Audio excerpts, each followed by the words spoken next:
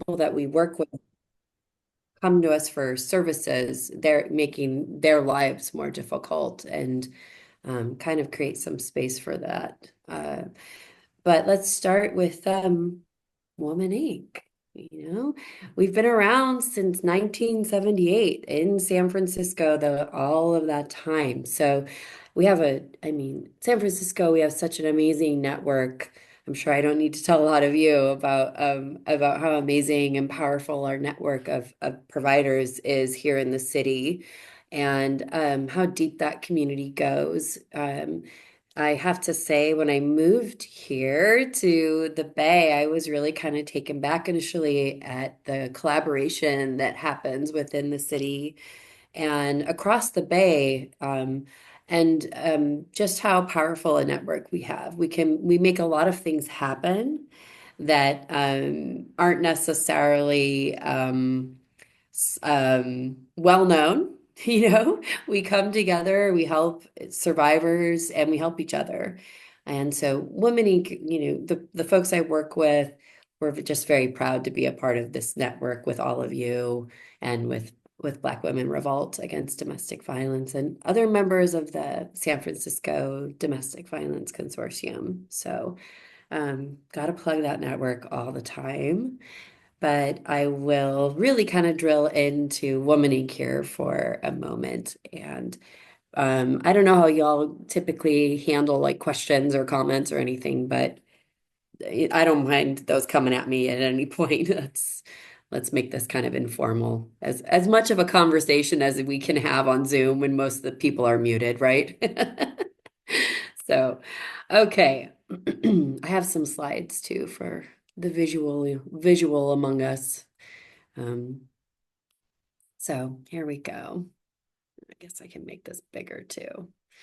Um, so Woman Inc. We, as I mentioned, have been in the city since 1978, and we started as a hotline. And we had a two-bedroom shelter. It was started by a few graduate students, two cis women and one cis man. And the cis man in particular worked with people who use abuse. And over time, the organization evolved and transitioned to that 24-hour support line. And we still run it today. So I wanted to talk a little bit about how we kind of see our work. Um, we try really hard to not just see our organization as a collection of programs, but more of like an approach to the work. So we do crisis intervention and stabilization and healing work. And we do that across all of our programs. That's kind of like the North Star of the organization, stabilization, healing, and connection with survivors. So, as mentioned, we have our 24-hour support line, still going strong. At this point, we answer calls for some other organizations, two here in the city and a few outside of San Francisco, but all of them are in the Bay Area. We answer calls for them after office hours. So holidays, like after 5, we are answering calls and providing safety planning, shelter information, counseling, all that good stuff, 24/7. And um, that's that's probably the main portal to our services at the organization. That and again, that community network that exists.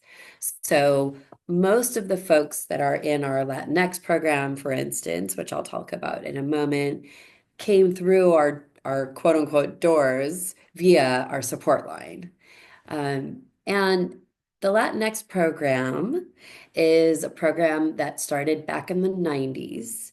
And we used to be located in the Mission. And the Mission, for those of us who've been around that long, it was very different back in the day. And it had a totally different feel. The organization was much smaller and in a different building altogether. And that's when that program kind of came together because we had so many folks coming in.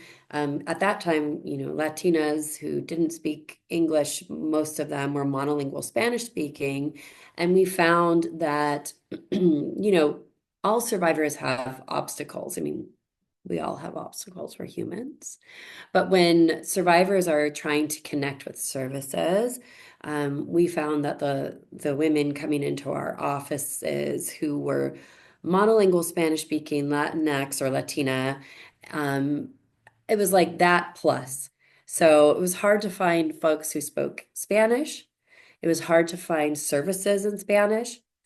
Um, and we really put a lot of love into building a specific program designed to help survivors who are Spanish speaking, Latina, kind of navigate their situations. Now it's the Latinx program and it's fully staffed. We have therapy and case management, client advocacy, and counseling all provided by bilingual, bicultural staff who have been working here for like a decade more. And those services are all free for folks who are in that program. And we feel really strongly at this point, we've evolved, and we, when we talk about the issue of domestic violence kind of landing differently for different survivors based on identity. And in this case, cultural identity, race, ethnicity, language. We feel it's of utmost importance for us to um, understand the intersections of violence. So we don't see our work just as domestic violence work. We see our work as anti-racist work. We see our work as, we want to work like at the margins so that folks who say are not cis women can come in and access services. And we have conversations like with folks around their identity and how is that making their situation, how's that making that situation more vulnerable, and where is the strength in that community? So we try really hard to kind of surface those conversations internally with our folks that we work with and also in the community. We don't just do DV work. Uh, so we try really hard to, move out of those silos. Um, hello, hello, this thing. And then, okay, whoops, I like the, there's no magic answer slide because, um, I think I wanted to kind of touch on this today. This is kind of core, it's a backbone kind of belief in our work.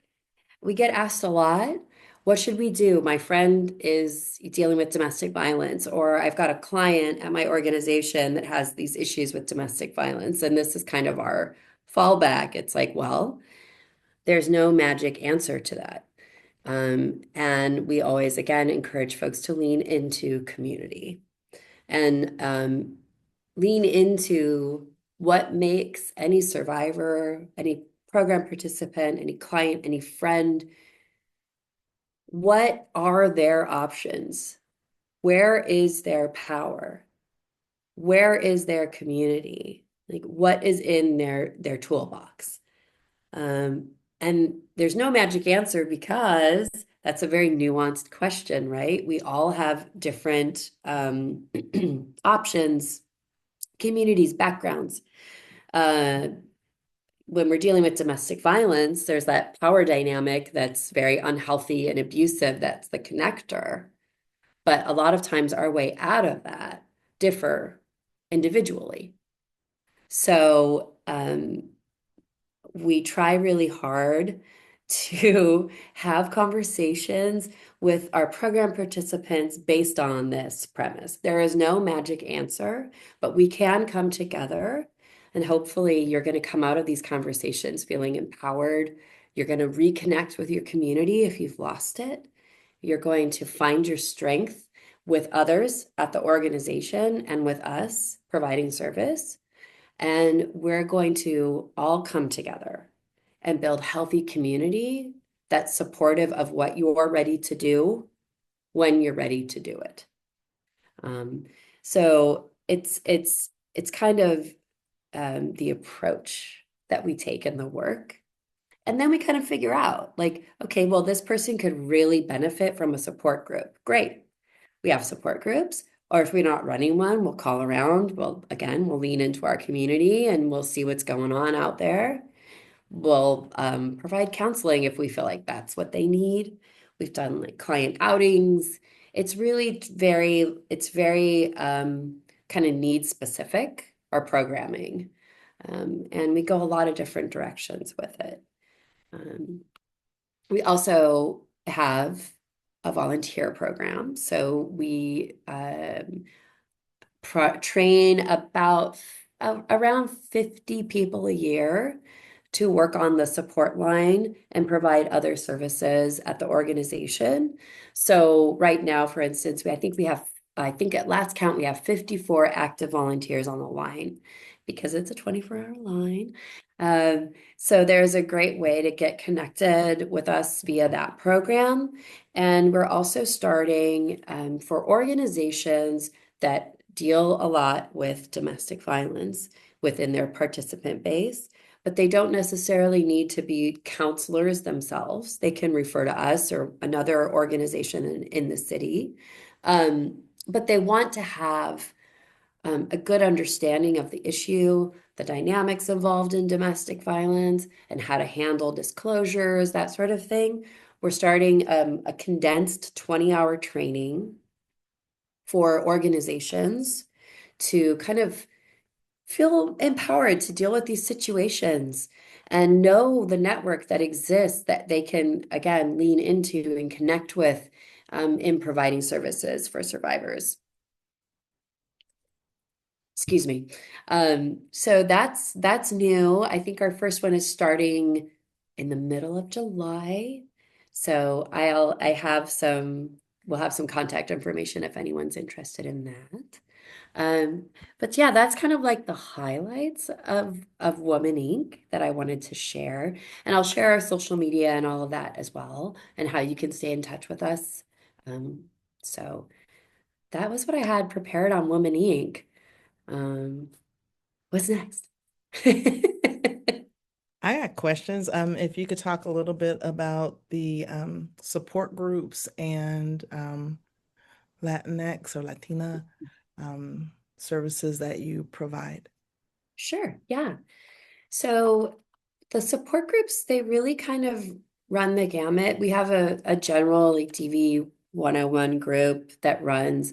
And over the years, we've kind of morphed the way we do group a little bit. So we have groups on healthy relationships. And within that group, we talk about things like building your own self-esteem back up post relationship. We talk about healing. We talk about these very key pivotal components of healthy relationships like safety, boundaries, consent, independence, and interdependence with ourselves and others and romantic partners. It kind of runs the gamut. So we do groups on that. We've done informational groups on things like healthy eating, budgeting, that sort of thing. So those groups are kind of in part based on the interests of the participants. Um, and in the Latinx program specifically, we have a group of people that we call graduates who have been through the program, are out of their abusive relationships, are kind of rebuilding and healing together. And they're looking to stay connected as a group, but they don't necessarily need that like crisis intervention anymore.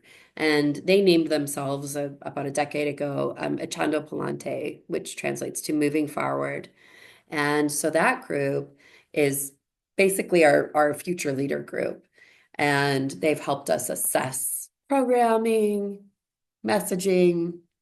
They meet once a month in person, and all of those sessions are in Spanish. And they're very loosely facilitated by the co-managers of the Latinx program, Stephanie and Adelia. So that's another way we do group. Um, and in terms of the services provided within the Latinx program, that again is kind of based on what the client needs. I can say in general, we have a lot of folks coming in with questions around immigration. Um, they're at various points in their process with that, and we connect folks with services and kind of provide accompaniment as needed and advocacy with that. There's a lot of requests for therapy. And that's why we built in that full-time component of therapy in that program. And Stephanie Colorado, some of you probably know her. She's provides therapy in that program and does free EMDR services as well, which is, a technique used in therapy that's shown some promise in terms of healing and kind of dealing with trauma. Um, so there's that. And, there's a lot of very real life problems around like, how do I get a job? How do I do a resume? Um, how can I get this person to stop surveilling me? It's like all these dynamics and all these issues that pop up across the spectrum that is domestic violence, and it's being experienced by people who go to offices and can't talk to the person who's supposed to be able to help them because they don't speak English. I mean, they don't speak Spanish, right? So that's why we're really intentional about having that program very specifically messaged, Latinx program. And we work with survivors. So I think a lot of times, and to be fair, in part, it's probably the domestic violence field that has kind of embedded the messaging around gender. So across our programs in support group, support line, Latinx program, we're very intentional about, using gender neutral pronouns because we want this to be a space we're not trying to pander to men's rights groups. We're doing it because we want people who are trans or queer or non-binary to feel welcome here. And also, cis men to feel welcome if they're survivors. So we try and be very intentional about the way we message our services and who we exist to serve and welcome into the community. And anytime if you build it, they will come. You know, the more intentional we become in that messaging, the more a client base builds outside of just being cis women, which is still the majority of the folks we work with. Um, but it's looked different over the years. So, I'm going yeah, to pose another question because Jill is please. being extremely modest today. So I'm just going to pull it out of her. And I'm going to let you have your sip. But talk a little bit about the DVIRC for those that are not familiar and Yep. could benefit from hearing about that. Thank you, Pam. Yes. Okay, the DVIRC. Yes. The DVIRC stands for the Domestic Violence Information and Referral Center. And really, kind of the catalyst for that was we used to call, Woman Inc. used to call every morning at 9 o'clock, every domestic violence shelter in the Bay and say, how many spaces do you have today? Are you doing intake? And we'd write it down. And then people would call us literally all day and ask for that information. And it's a great service because obviously, if, for those of us, probably a lot of you on here understand, survivors hear no, no, no, no, no all day, and they're making all these calls. So it's a great asset to be able to provide that information. But we thought, well, it's not really our information, right? Like it's the community's information. And why are we, as technology developed and grew, why are we not sharing it and providing organizations the opportunity to update their own information themselves and access that information about our sibling orgs across the Bay. So in 2012, it went live. We designed like an online database. It's a membership database for domestic violence programs. It's not solely just shelters, but an overwhelming majority of hits on the system are to access shelter information. But that is accessible to folks looking to place survivors in shelter.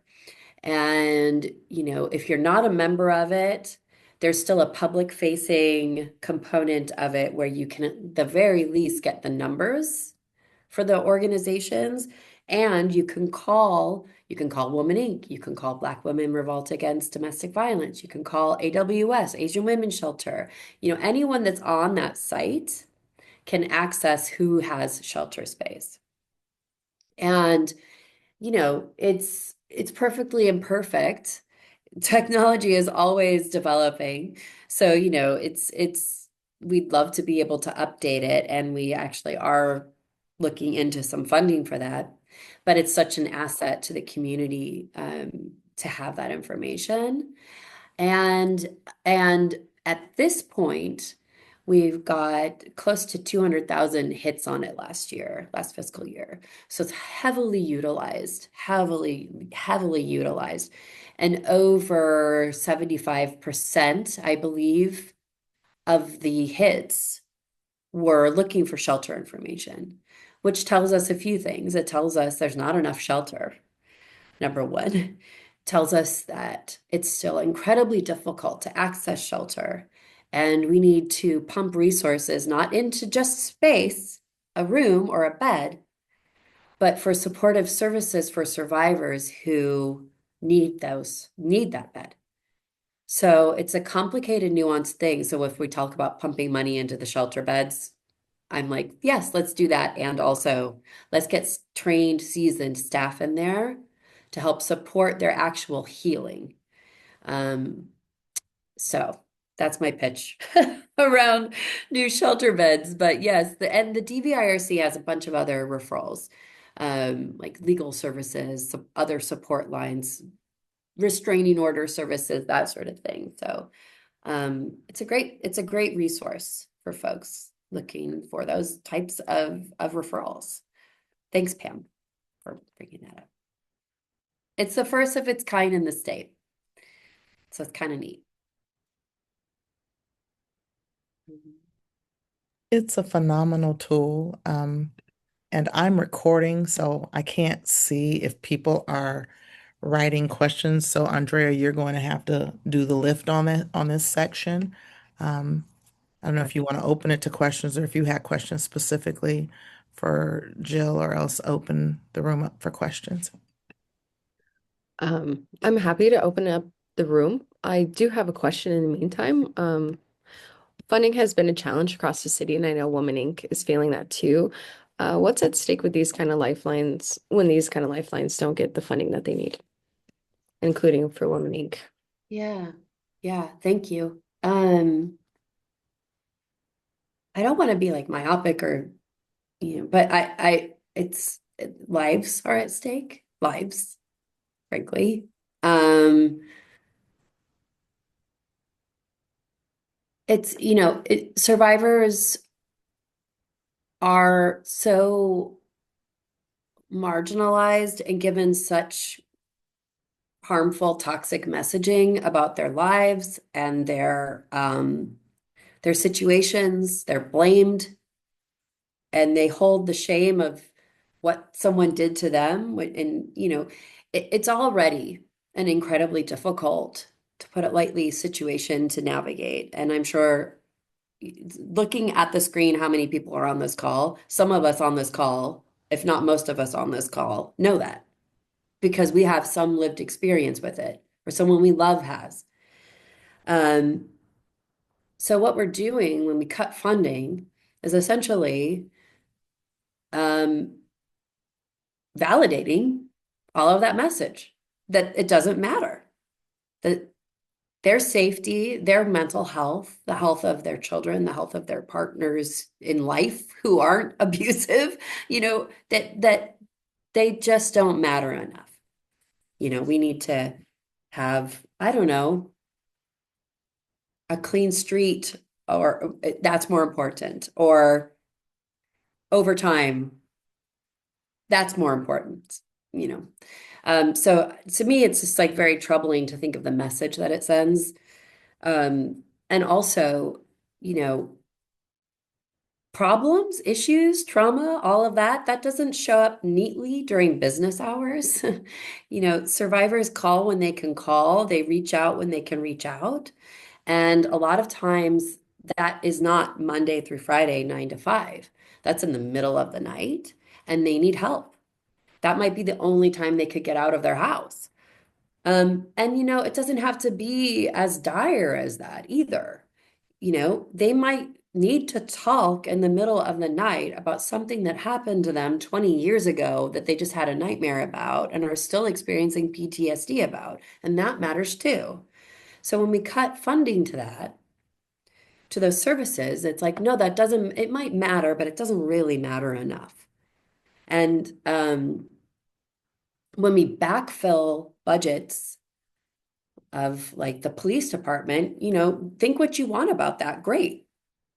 But a lot of survivors at Woman Inc., the overwhelming majority of folks that we work with at Woman Inc. will never interact with the police department, ever. And there's a lot of really good reasons why people don't do that. So we're losing people, and it's incorrect to think that when we backfill like the DA's office or the police departments that somehow we're handling domestic violence, when the majority of folks, the first people that they talk to are their friends and family.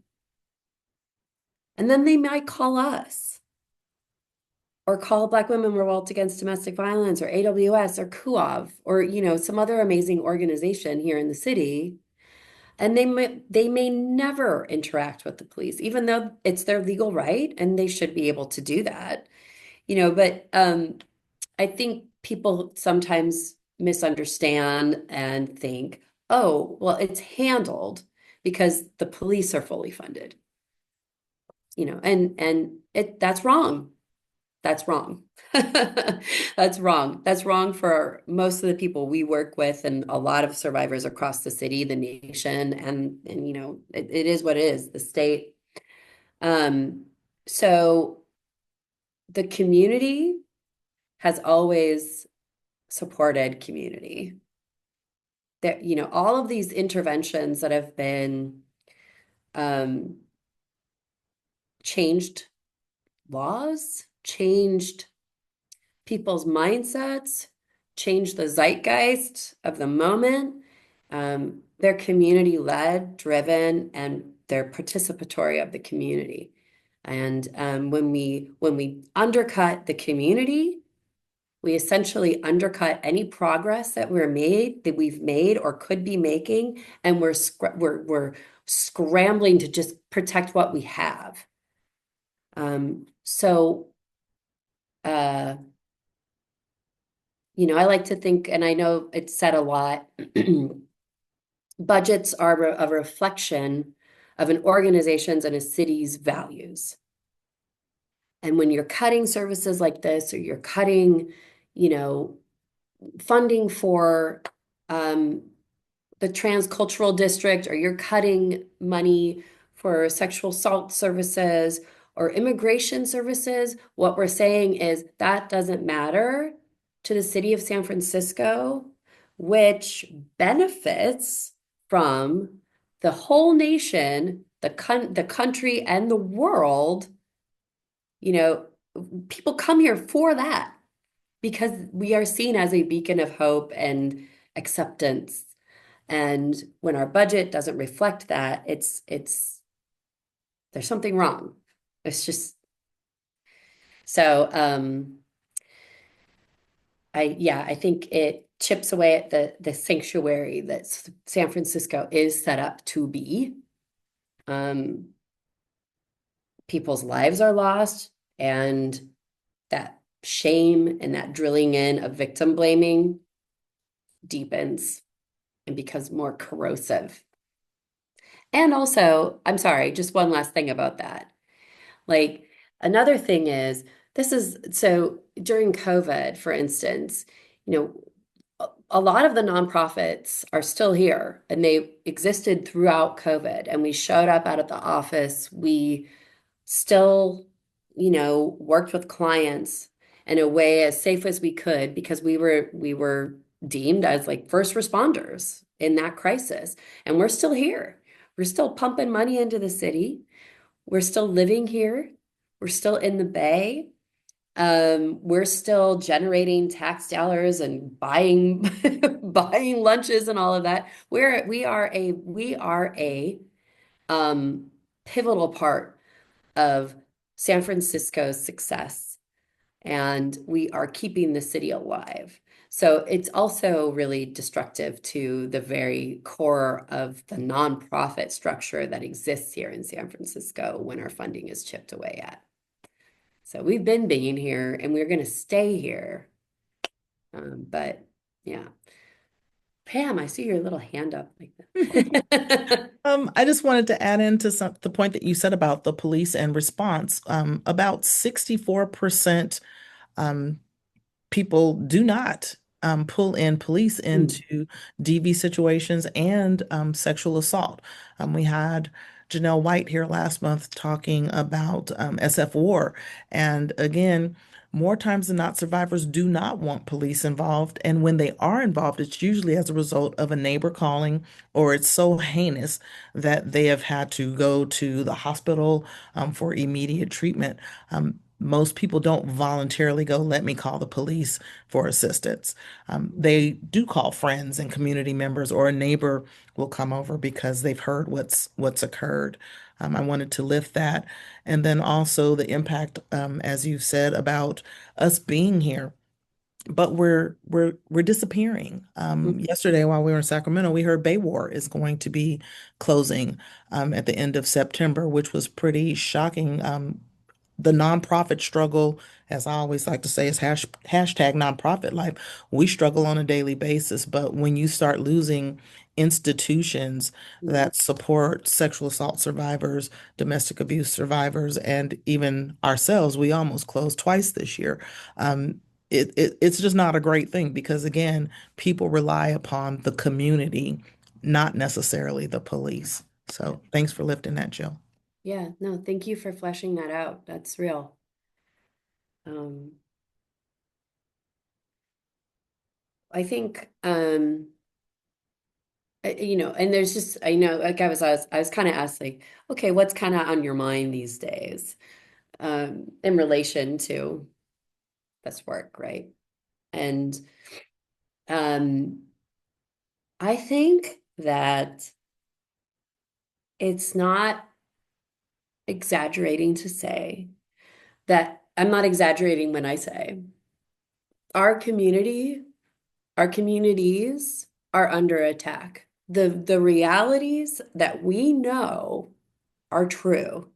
Um, you know, Community intervention, community support, understanding dynamics and the intersections of systemic oppression and domestic violence, knowing that to be real, knowing that systems of oppression essentially created the power dynamics required um, in domestic violence situations, um, knowing that. colonization and patriarchy and transphobia and homophobia and racism and xenophobia. Those are all tools that come into play in domestic violence and any other type of abuse. We know that's true. And the people that are telling us that we can't have those in our grant applications anymore, we can't make connections between the larger systems at play and domestic violence and still say funded by the federal government. That is that's what we're looking at right now. And we get a new executive order every day, it feels like, that is just disgusting and scary and creating more and more. It's emboldening people in all the wrong ways. So I'm here to say, you know, um, trans people exist. That is real. The gender binary is that's the inaccurate thing, that systems of oppression feed into domestic violence. Um, they pave the way for it to happen. Misogyny, patriarchy, now is the time. I just feel like we all know those things. So how do we amplify that message and how do we get loud about it? I'm like, what do I need to do? Walk around with a shirt that's like, I love abortion and I'm a feminist and like all my friends are like queerness and all of these things exist and they're beautiful. I just feel like now's the time for us to kind of engage in those conversations, number one, and do some critical thinking around if you're not already like doing it, and I imagine we all are. And like we need to be, but deepening our thinking around how do our focus of, like, for us, it's domestic violence. How does that intersect with queerness?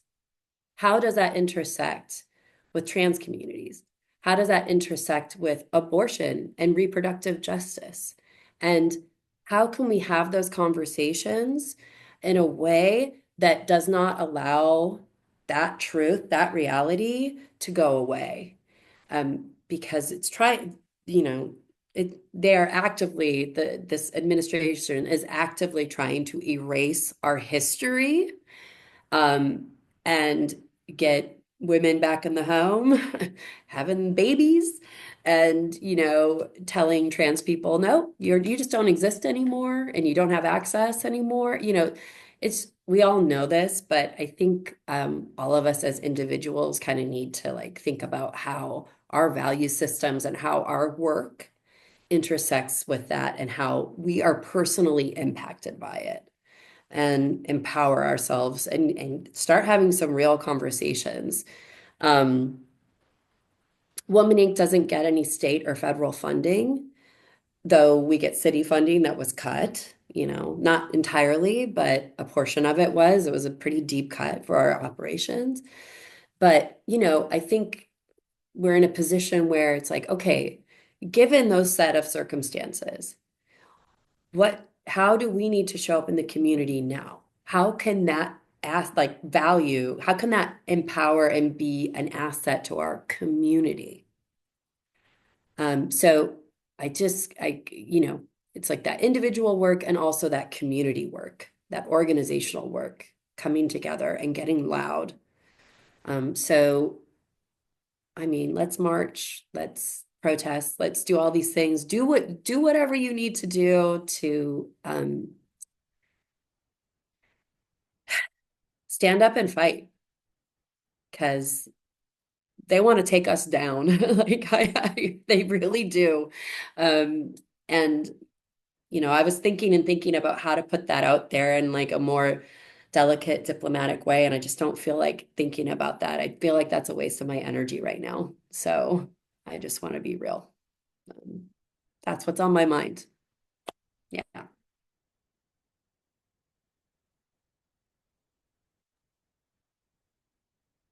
Beautiful. I just want to take a moment to like let that sink in. It was very powerful words what you said, and a lot of our community is feeling pain and feeling isolated and feeling alone. And I think it's important to step up in this time. It's more important now than ever. Yeah. I do have a question in the chat Oh, yeah. from Giovanni. He asks, does Women Inc. allow interns to do hours for community mental health workers there? Um, I think it would just depend on whether or not we have the proper supervision for it. I think if that's definitely a conversation I'd be happy to have, though. We have had interns um, do different things. Some hours have counted toward whatever licensure or certificate they're working toward. Others haven't. So, but yeah, I mean, let's talk about it, Giovanni. I'm happy to have that conversation. Thank you. You're welcome. I guess you'll be posting your contact information after. I was going to say, I'm happy to give it to you. I was going to say, Giovanni is amazing. She's already done her 40 hours. Thank you. Here's my email. I just put it in the chat. Thank you. You're welcome. Thank you. Um, yeah. I do have a question. We can get back into the deepness of things, if you don't mind. No, Uh, has there been a moment recently, even a small one, that reminded you of why this work matters so much? I mean,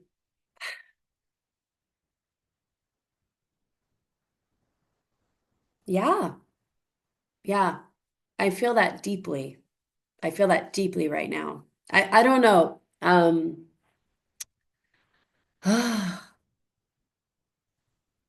I have a stepdaughter, and she's 25 years old. And the other day I was walking around and um I saw a little protest happening outside of Planned Parenthood. And I thought, my stepkid, she's got less rights now than I had when I was born, like in terms of her reproductive health. Um, and then I thought about how connected reproductive justice, reproductive health, that solventry is connected to domestic violence, and just how many folks I've worked with over the years who have had their birth control sabotaged or were forced, essentially coerced into getting abortions they weren't ready to get, and how the state is taking away her choice to do with her body what she feels is right for her, the same way a person who uses abuse does to a survivor. I mean, that's just like one very recent thing. It's like it's so important as trans people's rights, as women's rights, as people of color's rights are getting chipped away at. Um, every time I see something like that, I'm like, oh yeah, and that's going to screw up my clients' situations because um also, it's not all doom and gloom. I mean, I have a client who just like she got a job, she's doing super well. I saw her at a restaurant, I'm with friends and she came up to me and we were talking and she's just doing great. And you know, she's she thanked me and Woman Inc. for all the help that we provided. And at the end of the day, I'm like, yeah, and you're the one who did the work. You're the one who took that input and made something of it. And um, that's amazing. That's amazing. And I don't want that to go away. I don't think anyone wants of us want that to go away. Um, and I think our collective work is more of pivotal importance now, perhaps more than ever. And I'm reminded of that every day. Every day. Yeah. But I will just say this, we're not going anywhere. Like we're not going anywhere. And to think that somehow the state will save us and save our work. it, we can't we can't think that way about our work. It's just too it's not a solid foundation as we know now, right? To think that some system is going to come in and save our work. We have to save our work. We community helps community. And it might look differently, but we really, really, really need to be loud. And I'm reminded of that every day right now. Yeah. Yeah, definitely. Using our voices is um makes the difference. Everyone else is using their voices and hatred and negativity, and it's like it's up to us to use it for the good as well. I mean, Yeah. general, not not having that and not letting it stand when we do see it. Yeah. Yeah. And it's okay to be angry. I've been sitting with that too. To see these things coming out just make me incredibly angry. Incredibly angry. How dare you do a sexual assault month proclamation a few days after decimating the federal office that funds it? How dare you try and gaslight us? You do not speak for us. You don't get to talk about sexual assault, how bad it is when you have been found, you know, um, liable for it and have copious amounts of sexual assault allegations against you. I'm of course talking about the T-rump. Like things like that, I'm very angry about. I'm insulted about. And I'm also very like they catalyze me, you know. And it's like that's when I'm like, hey everyone, before you get gaslit by this person and this administration, just know the facts. These are the facts. Um, so yeah. I'm so glad you brought that up, and I know we're about to wrap, and I've been debating whether I wanted to do this. There is so much crazy news about like sexual assaults and all these innuendos, and I'm thinking about like the trial. I don't even need to justify Yeah. the person's name, but the trial, and we're seeing so much gaslighting, so much victim blaming. Why is this person there? How about why is this person evil? Mm, Let's not blame the victims. Let's not accept that. And when I'm hearing it from people, I'm definitely calling them to the carpet on it because it's like nobody wakes up and says, I want somebody to string me out on drugs and assault me and then pass me around to friends because it's a cool thing to do. We don't do yeah. that. There's so much hatred that's out there that people are saying, and it doesn't all equate to money. Yeah. And if people are that vindictive or that strung out on money, then that's a self-check that needs to happen as well. Yeah. Yeah. Yeah. I mean, it's really I know there's a lot of pushback right now from certain people on, DEI work, that sort of thing. And I'm like, well, listen, that's been co-opted too. Like, DEI was co-opted somewhat. So let's just like maybe consider ourselves and get into why it's important. Like culturally specific programming, like Black Women Revolt Against Domestic Violence, like CUAV, Community United Against Violence, that does DV work and work on state violence with queer and trans communities. Ella, who works with trans Latinas. AWS, Asian Women's Shelter. They are of such pivotal importance, especially now when we are essentially being bullied into not talking about these issues and how they have deeper impacts into these communities than others. So, that kind of stuff. I'm like, let's get right about that. Um, that is true. And we need to be loud about that. Um, and I agree, Angela. I see there's going to be a huge need in healing from that trauma. That is so true. That is so true. Like we are navigating trauma, vicarious trauma, and we're helping clients deal with trauma. And we ourselves are traumatized. And we're working with traumatized communities. And so that's another thing. Like, let's all, what at Woman Inc., our tagline, I guess, for lack of a better word, is healing together. So we're all in need of that healing, and let's lean into community and do it together and fight together. Um, so yeah. Thank you so much, Jill, for your insight in today's conversation. I think that we have a lot to reflect on and go back, with our day and with our time, um, have conversations with our loved ones as well. Yeah. Um, I hope that all of you here take a moment to, have a moment to yourself. Um, I know that what we talked about today is kind of like can be uh painful and traumatizing in a way, what we're living through currently. Um, but just hope that you guys can all take a moment and recenter yourselves as you guys go about your day. I really thank you all for being here today and giving us space to have these conversations. And thank you again, Jill. It's so special to have you here. And you've been with us since the beginning, like how Dr. Tate said, and it's just so honorable to have a close connection with Women Inc. and with you as well. So thank you Yeah, all. we have one last request, and Andrea always it's an awkward request. We always take a photo because we want to show that we actually had people here because we are grant funded.